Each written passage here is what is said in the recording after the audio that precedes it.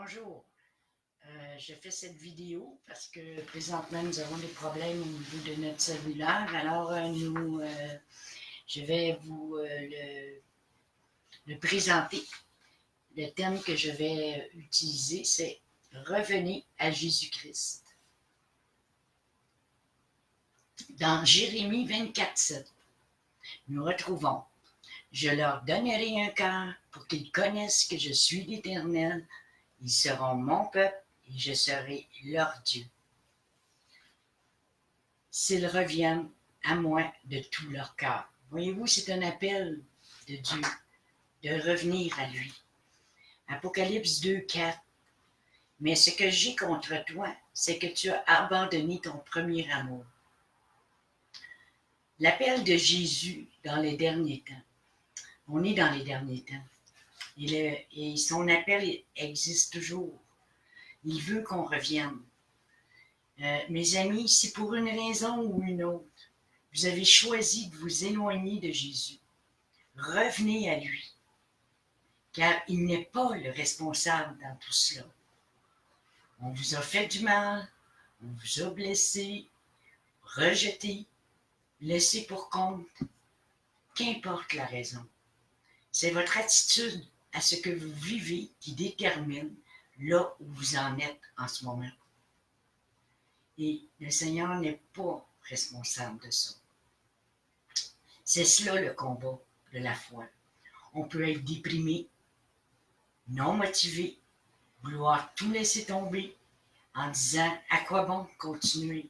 Cela ne mène nulle part. » Le vrai problème, c'est qu'on regarde ce que l'on vit comme une fin dans le temps. Mais cela est faux, car Dieu a mis dans notre cœur, dès notre conception, la conscience de l'éternité.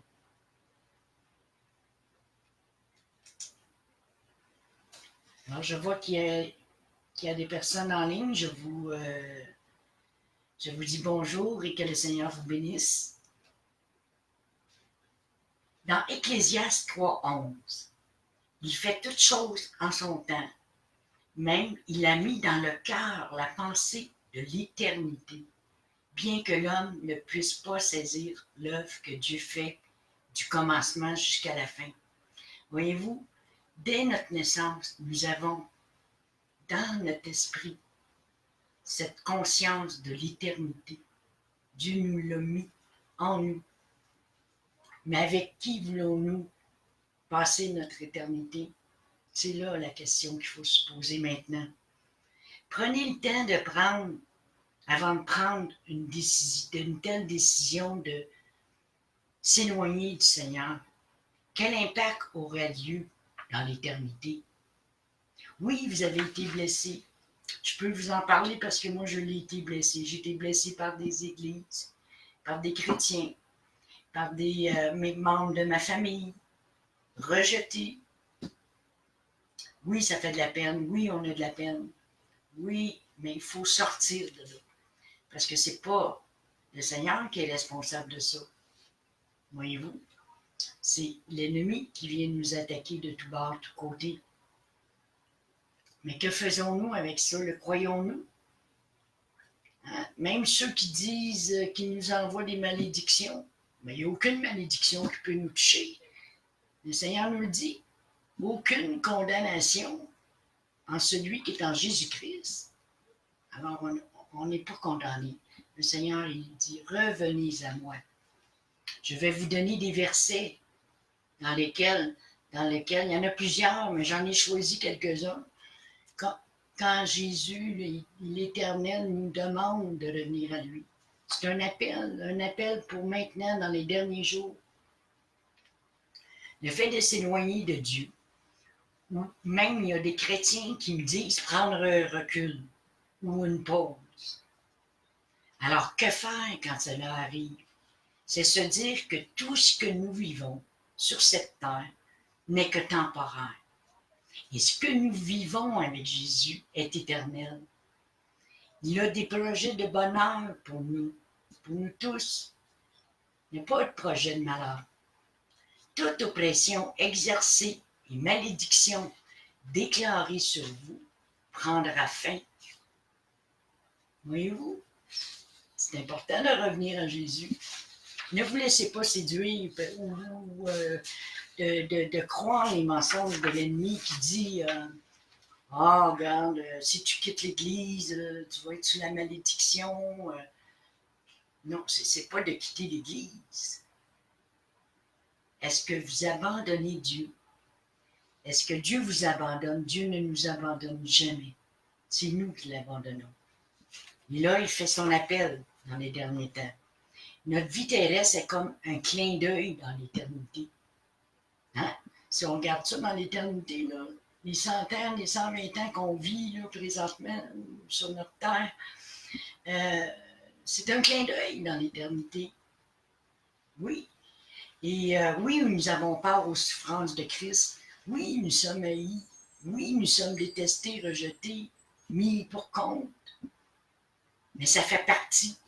Ça fait partie de cela. Nous sommes des fils et des filles de Dieu. Voyez-vous? C'est ça la différence. Et souvent, l'ennemi n'aime pas trop ça, voir cela, et il nous rejette. Alors comprenons que pardonnons-leur, car ils ne savent pas ce qu'ils font. Le Seigneur, il veut qu'on revienne de tout notre cœur. Il dit, choisissez la vie. Dans Joël 2,12, je vais vous donner des versets pour vous aider à revenir. Maintenant encore, dit l'Éternel, revenez à moi de tout votre cœur, avec des jeûnes, avec des pleurs et des lamentations. Oui, c'est vrai, quand on revient à lui, on se repent, hein, on pleure, on se dit, m'excuse, on pensait que ça venait de toi, que, tu sais, plein de choses qui nous passent par l'esprit, mais le Seigneur nous pardonne instantanément. Il est heureux quand on revient vers lui. Il nous serre dans ses bras. Il prend soin de nous à chaque jour. Et dans Zacharie 1,3, dis-leur donc, ainsi parle l'Éternel des armées, revenez à moi, dit l'Éternel des armées, et je reviendrai à vous, dit l'Éternel des armées. Voyez-vous, fait un bout de chemin, il vient nous rencontrer, il nous prend dans ses bras. Voyez-vous, qu'importe la raison pourquoi vous avez délaissé le Seigneur, mais revenez. Les temps sont courts. Dans Néhémie 1,9, mais si vous revenez à moi, et si vous observez mes commandements, et les mettez en pratique, alors quand vous seriez exilés, à l'extrémité de la terre, de là je vous rassemblerai et je vous ramènerai dans le lieu que j'ai choisi pour vous, pour y faire résider mon nom. Aïe, aïe. Alors voyez-vous, vous revenez, puis il va vous emmener là où vous devez être, à l'endroit qu'il a déjà choisi pour vous. Merveilleux. Il est miséricordieux, notre Dieu. Il est miséricordieux, Jésus-Christ. Il nous aime. Il veut qu'on revienne à lui comme l'enfant prodigue. Il fait la fête quand on revient. Les anges se réjouissent dans le ciel. 2 Chroniques 39. Si vous revenez à l'Éternel, vos frères et vos fils trouveront miséricorde auprès de ceux qui les ont emmenés captifs. Ils reviendront dans ce pays, car l'Éternel, votre Dieu, est compatissant et miséricordieux. Il ne détournera pas sa face de vous si vous revenez à lui. Dans Ézéchiel 33,11, dis-leur, je suis vivant, dit le Seigneur, l'Éternel, ce que je désire, ce n'est pas que le méchant meure, c'est qu'il change de conduite et qu'il vive. Revenez de votre mauvaise voie. Et pourquoi mourriez-vous, maison d'Israël? Voyez-vous tous les appels que le Seigneur nous fait. Dans Ésaïe 31,6, revenez à celui dont on s'est profondément détourné, enfants d'Israël. Jérémie 3,22, revenez, enfants rebelles, je pardonnerai vos infidélités. Nous voici, nous allons à toi, car tu es l'Éternel, notre Dieu. Dites-vous ça maintenant, là. Oui, Seigneur, nous retournons à toi, car tu es l'Éternel, notre Dieu. Ézéchiel 14:6. C'est pourquoi dis à la maison d'Israël, ainsi parle le Seigneur, revenez et détournez-vous de vos idoles. Détournez les regards de toutes vos abominations. Oh. Ézéchiel 18:30. C'est pourquoi je vous jugerai chacun selon ses voies. Maison d'Israël, dit le Seigneur, l'Éternel. Revenez et détournez-vous de vos transgressions, afin que l'iniquité ne cause pas votre ruine. Jérémie 3:14. Revenez, enfants rebelles, dit l'Éternel, car je suis votre maître. Je vous prendrai un d'une ville, deux d'une famille, et je vous ramènerai dans Sion. Joël 2:13. Déchirez vos cœurs et non vos vêtements, et revenez à l'Éternel votre Dieu, car il est compatissant et miséricordieux, lent à la colère et riche en bonté. Il se repent des mots qu'il envoie. Jérémie 25:5. Ils ont dit, revenez chacun de votre mauvaise voie et de la méchanceté de vos actions, et vous resterez dans le pays que j'ai donné à vous et à vos pères, d'éternité en éternité. Voyez-vous, ce que le monde a à nous offrir, c'est temporaire. Tandis que ce que le Seigneur nous offre, c'est éternel. Amen, gloire à Dieu.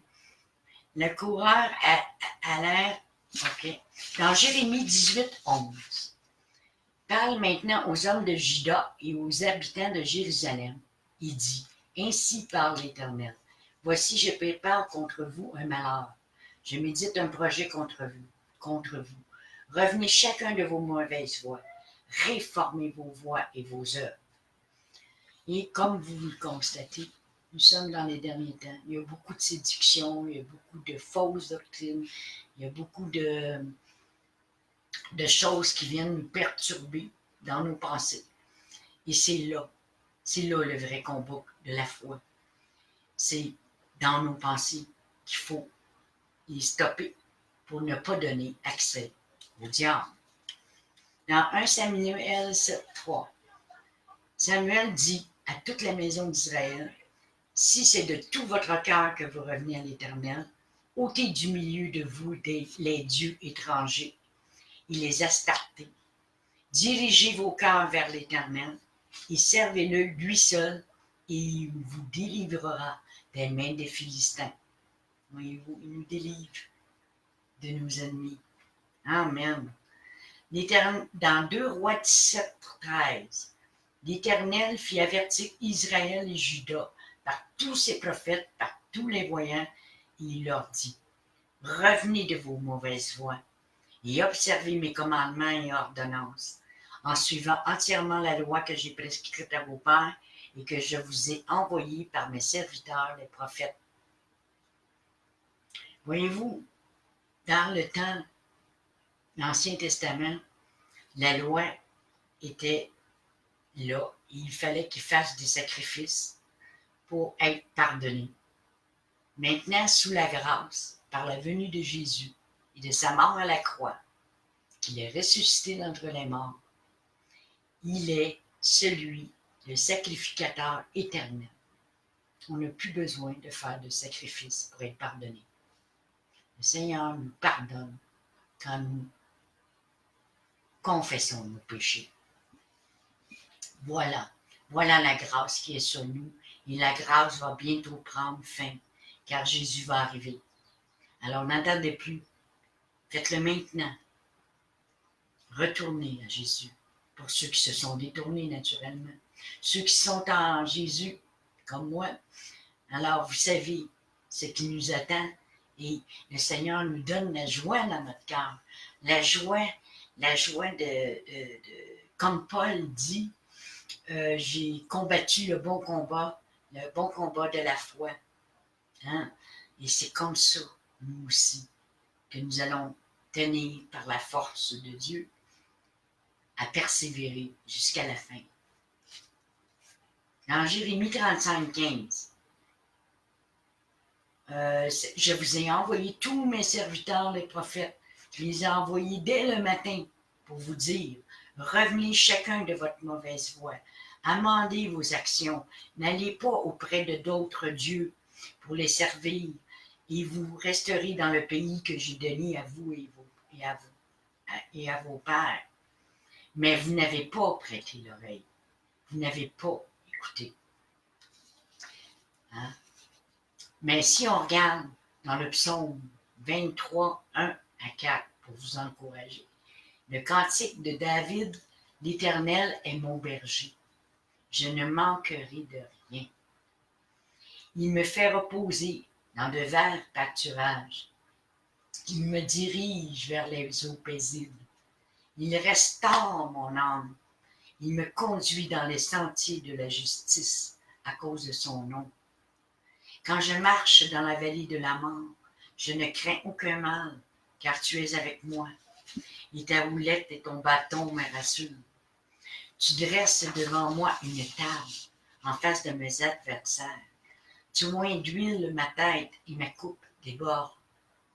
Oui, le bonheur et la grâce m'accompagneront tous les jours de ma vie, et j'habiterai dans la maison de l'Éternel jusqu'à la fin de mes jours. C'est la promesse que Dieu nous donne. Il a déjà préparé une place pour nous.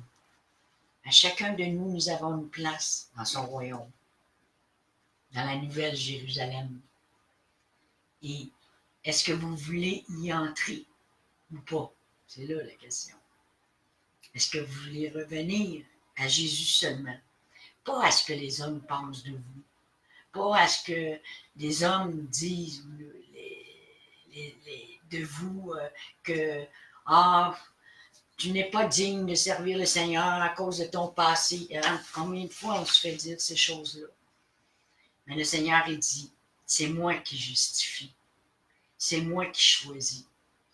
Et là, quand on est justifié, il n'y a plus de condamnation. Dans Romains 8.1, il est bien dit. J'aimerais qu'on aille le regarder ensemble parce que c'est quelque chose, une promesse que Dieu nous a donnée. Il nous a justifiés par son sang. Il n'y a pas une personne et rien au monde ne peut nous condamner quand on est avec Jésus-Christ. Alors, allons voir dans Romains 8. Romains 8, allons, 8, 1. 1, 2. Ben, on va aller selon ce que l'Esprit me donne de vous lire. Dans Romains 8, 1, il n'y a donc maintenant aucune condamnation pour ceux qui sont en Jésus-Christ. Aucune, ça veut dire aucune, il n'y en a pas. En effet, au verset 2, en effet, la loi de l'Esprit de vie en Jésus-Christ m'a affranchi de la loi du péché et de la mort. Faites entrer ces paroles en vous par le Saint-Esprit. Il dit qu'il nous affranchit, il nous rend libres de la loi du péché et de la mort. C'est comme, on est justifié. Car chose impossible à la loi, parce que la chair la rendait sans force.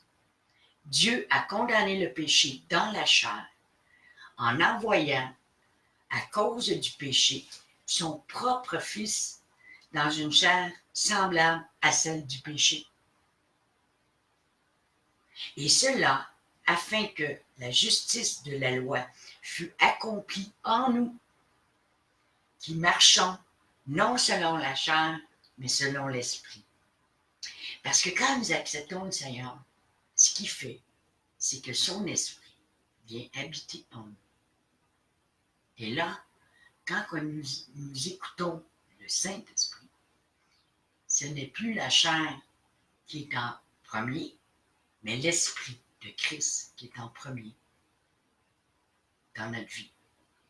Et c'est là que ça change, la transformation. Il vient nous transformer par son esprit. Alors, 5, le verset 5. Ceux, en effet, qui vivent selon la chair s'affectionnent aux choses de la chair, tandis que ceux qui vivent selon l'esprit, s'affectionne aux choses de l'esprit. Et l'affection de la chair, c'est la mort. Tandis que l'affection de l'esprit, c'est la vie et la paix. Hein? Pourquoi on a cette paix en nous? C'est Jésus qui vient nous la donner, cette paix. Il nous la donne gratuitement. Car, allons au verset 7, car l'affection de la chair est inimitié contre Dieu, parce qu'elle ne se soumet pas à la loi de Dieu et qu'elle ne le peut même pas. Parce que sous la loi, c'est dans l'Ancien Testament, si tu ne respectais pas une seule loi, c'est comme si tu ne respectais pas toutes les lois. C'était impossible par nous-mêmes d'accomplir la loi. C'est pour ça qu'il fallait qu'il fasse des sacrifices. Maintenant, nous n'avons plus à sacrifier des animaux pour être pardonnés. Nous avons Jésus, notre avocat, qui prend notre défense et qui nous pardonne et qui efface nos péchés. Et allons au verset 8. Or, ceux qui vivent selon la chair ne sauraient plaire à Dieu. C'est clair, c'est bien dit. Pour vous qui ne vivez pas selon la chair, mais selon l'esprit, si du moins l'Esprit de Dieu habite en vous, si quelqu'un n'a pas l'Esprit de Christ, il ne lui appartient pas. Voyez-vous comment c'est important? Alors oui, demandez au Seigneur qu'il vous remplisse de son esprit. Oui. Et que votre coupe déborde. Parce que c'est seulement par l'esprit que tout se passe. C'est spirituel. Dieu n'est pas pour les choses matérielles. Oui, c'est sûr que si on a besoin de telle et telle chose, oui, il n'est pas plus. Mais essentiellement, Dieu est esprit. Donc, il ne pense pas comme nous. C'est spirituel qu'on doit comprendre les choses. Et en lisant la Bible, éclairée par le Saint-Esprit, nous comprenons les choses cachées de Dieu. Et dans le verset 10, « Et si Christ est en vous, le corps, il est vrai, est mort à cause du péché, mais l'esprit est vie à cause de la justice. » C'est la justice de Dieu. Et si l'esprit de celui qui a ressuscité Jésus d'entre les morts habite en vous, celui qui a ressuscité Christ d'entre les morts rendra aussi la vie à vos corps mortels par son esprit qui habite en vous. Fait que, dans un sens, la mort est une étape, mais la mort, c'est pas la fin. Voyez-vous? Nous continuons avec Jésus. Nous avons déjà accès à son royaume. Hein? Nous allons le rencontrer sur son trône de grâce. Nous faisons nos requêtes de prière. Nous jeûnons, nous louons le Seigneur. Nous avons déjà accès à son royaume. Et quand nous allons mourir, c'est directement avec lui qu'on va aller. Alors, quand on regarde dans Deutéronome, allons voir dans Deutéronome 30. Je vous parle sous l'inspiration parce que le Seigneur veut vraiment que tous ceux qui ont quitté pour une raison ou une autre, par rapport à des chrétiens ou à des pasteurs qui les ont blessés, le Seigneur, si vous revenez à lui, il va vous restaurer. Restaurer votre âme, restaurer toutes les blessures que vous avez, anciennes, nouvelles. Il va guérir tout.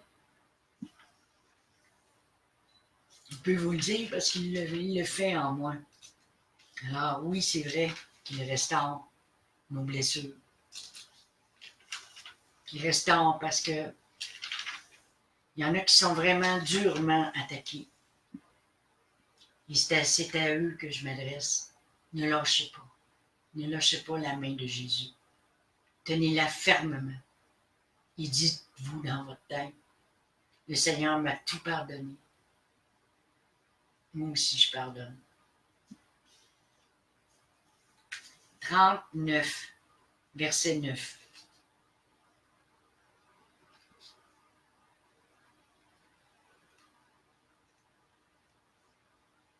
L'Éternel, ton Dieu, te comblera de bien en faisant prospérer tout le travail de tes mains, le fruit de tes entrailles, le fruit de tes troupeaux et le fruit de ton sol, car l'Éternel prendra de nouveau plaisir à ton bonheur, comme il prenait plaisir à celui de tes pères. Voyez-vous, il va tout nous donner. C'est à peu près ça, là. On revient à lui, puis quand que l'enfant prodigue est revenu, on fait la fête, puis ils l'ont couvert, parce qu'il y avait des haillons sur le dos, ils l'ont revêtu. On va être revêtu, mais quand... Ah, Seigneur, merci Seigneur pour ta miséricorde et ta grâce. Et allons voir dans le verset 29. Non, c'est pas 29, 11. Ce commandement que je te prescris aujourd'hui n'est certainement point au-dessus de tes forces et hors de ta portée. Et voilà, c'est un choix. C'est un choix que nous faisons, de choisir entre la vie et la mort. Alors choisissez la vie pour l'éternité. La vie, c'est le Seigneur qui la donne. Jésus a dit, je suis le chemin, la vérité et la vie. Nul ne vient au Père que par moi. Voyez-vous, il faut passer par Jésus. Jésus dit, moi et le Père, nous sommes un. Imaginez. Fait que nous formons un avec le Père. Merci Seigneur. Merci Jésus.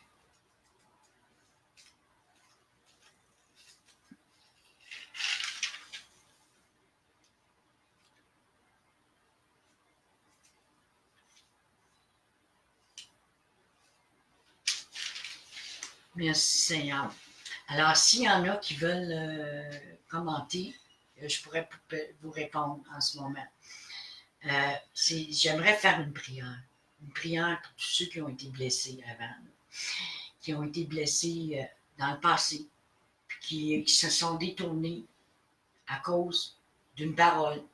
Ça peut être à cause d'une méchanceté qu'une personne a faite envers vous. Ça peut être dans votre famille qui vous ont rejeté parce que vous avez accepté Jésus dans votre cœur. Puis eux autres, ils ne veulent rien savoir.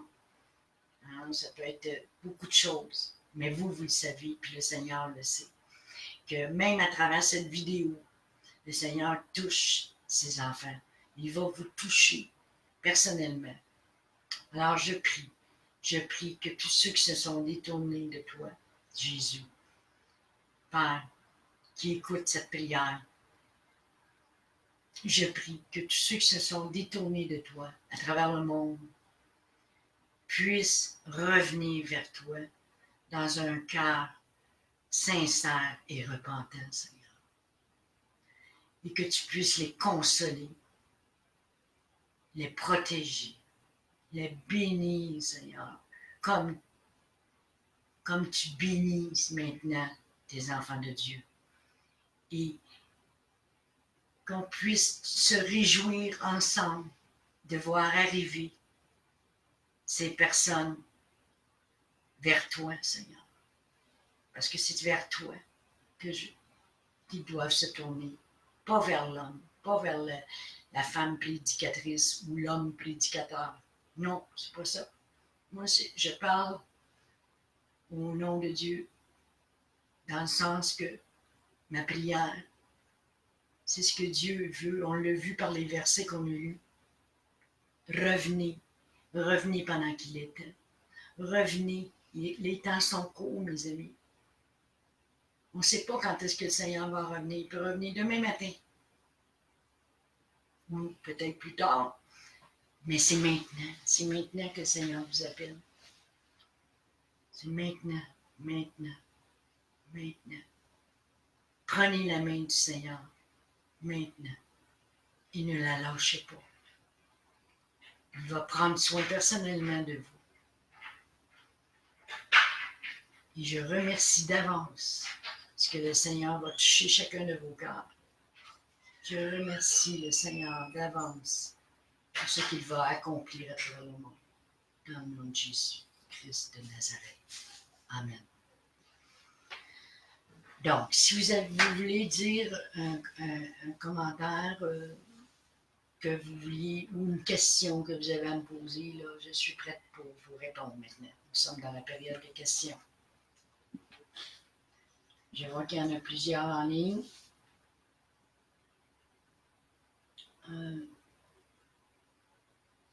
Oui, il y en a une ici, Caroline Lévesque, que je viens de voir. Restons patients et tenons bon, ma soeur.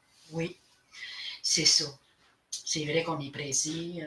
On voudrait que le Seigneur arrive tout de suite, mais nous savons qu'il y a des âmes encore à aller chercher. Fait que ça, c'est plus important. Qu'importe le temps que le Seigneur va prendre, c'est le temps du Seigneur. Mais nous, notre rôle, c'est de tenir bon. Mais comment tenir bon? C'est avec le Seigneur seulement, parce que de nous-mêmes, on ne pourra pas. T'sais. Mais en étant avec le Seigneur, il nous remplit tellement de paix et de joie intérieure que cela nous fait avancer et cela nous fait continuer, même si nous sommes des fois à bout de force sur le chemin. Hein? On en rencontre qui, il faut les aider, ceux qui sont là, puis qui n'y arrivent plus à se relever. C'est ça notre rôle, d'aller les relever et dire non, persévère, viens-t'en, on va t'encourager, on va t'exhorter.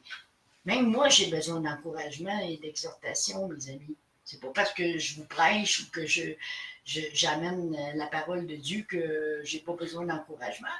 Non. On a tous besoin d'être encouragés.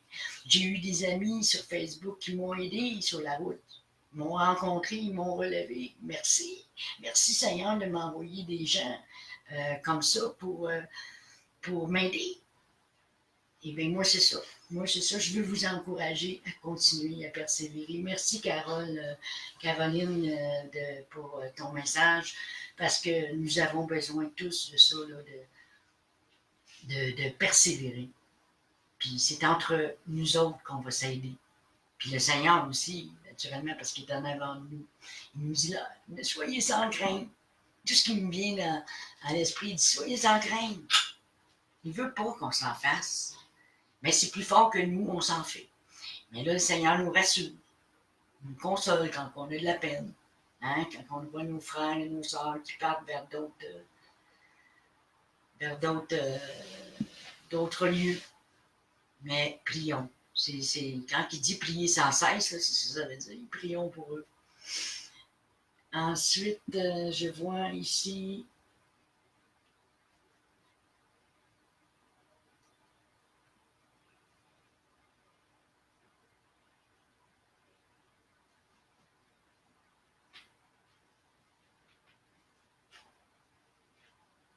Bon, il n'y a pas de commentaire vraiment. Mais comment je pourrais vous dire? Il est temps, mes amis, de prendre la Bible au sérieux, la parole de Dieu au sérieux. Les temps sont courts et l'ennemi est vorace. Et la séduction aussi qui s'en vient, qu'on voit, qui est même infiltrée dans nos églises. Alors, il faut être prudent et éprouver les esprits soyons comme des disciples de Bérée. Vérifions avec la parole si ce que la personne dit est vrai ou faux. Et le Saint-Esprit nous éclaire aussi. Il nous montre. Est-ce qu'il y en a qui ont des questions?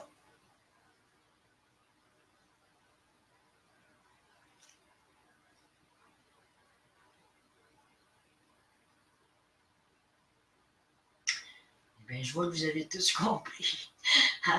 Alors, continuons notre œuvre et allons chercher les âmes brisées, blessées et rejetées. Parce que c'est le Jésus, c'est nous qui est venu chercher. C'est nous, les cœurs brisés. Il va tout restaurer ça. Merci Seigneur à l'avance. Et soyez tous bénis. Amen.